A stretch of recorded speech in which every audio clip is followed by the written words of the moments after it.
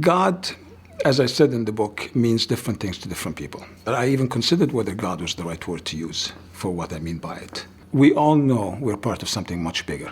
Whatever that system is that caused us to exist today, that's the higher order that I say we are part of. That's what I refer to as God. So long as you know you're part of something that's larger, the concept is extremely important to plug into that. The difficulty I had, for example, with the word God is I was raised in a very religious sense.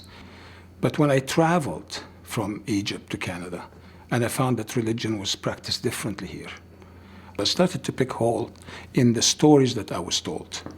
And as a result of that, I started to become, at one point in my life, extremely unreligious and even an atheist. But the problem is, I was concerned with the stories, but in the process, I threw out God.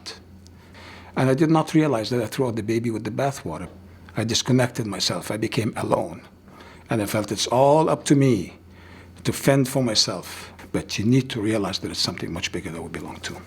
If I connect to my higher order of things, I'm far more empowered and I feel belonging and I'm part of something else and I'm important as anybody else.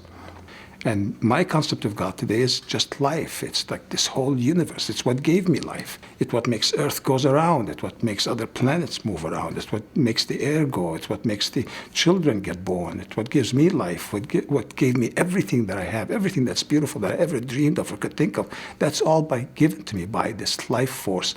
Call it God, call it higher power. It doesn't matter what you call it.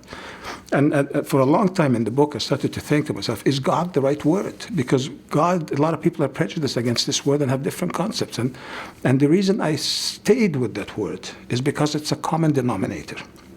Even though different people believe in a different concept of God, we all know what is good and what is wrong and what is bad. There are some basic concepts that are really important about God. And that word allows us to talk to one another. I can talk, for example, to my aunt, who is very religious, talks about God. And we speak the same language, even though when she says God and I say God, we mean completely different things. But I can speak to her like we're talking about the same thing. That's why I still use that word. And I tell people you can use that or any other word that makes you feel comfortable.